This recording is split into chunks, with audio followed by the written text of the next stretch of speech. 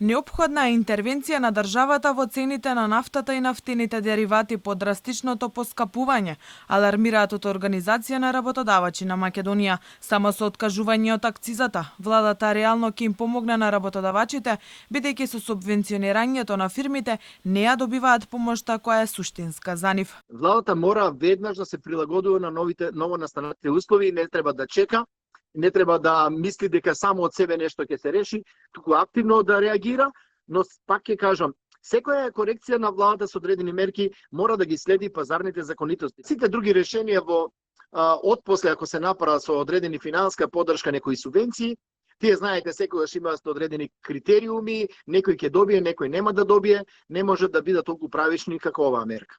Тие бараат од владата секојдневно да ги следи светските берзи и така да одлучува за новите цени на горивата, за да не се повтори сликата која неретка беше изминатите денови со долги редици пред бензинските станици. Знаеме дека пазарните законитости нема да дозволат во овакви услови кога секојдневно се качува цената на енергентите на берзите, да нормално да функционира пазарот. Што значи ние може да напишеме сега дека цената на нафта е 50 денари, но тоа ќе доведе не само до редици пред бензинските пумпи, туку до нередовно снабдување и на компаниите кои овие деривати ги користат во технолошкиот процес, во транспортот на стоките и во загревање на просторите. Дека компаниите се пред тешка угорница, признава и првиот човек на Стопанската комора на Македонија Бранко Азески.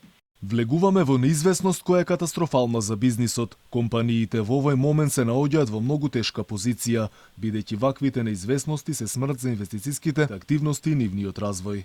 Драстичното поскапување на горивата ќе влијае и на транспортот, кој е дел од цената на секој производ. Со оглед на тоа, неизбежно ќе биде и поскапувањето на сите производи, што го признаваат и бизнисмените.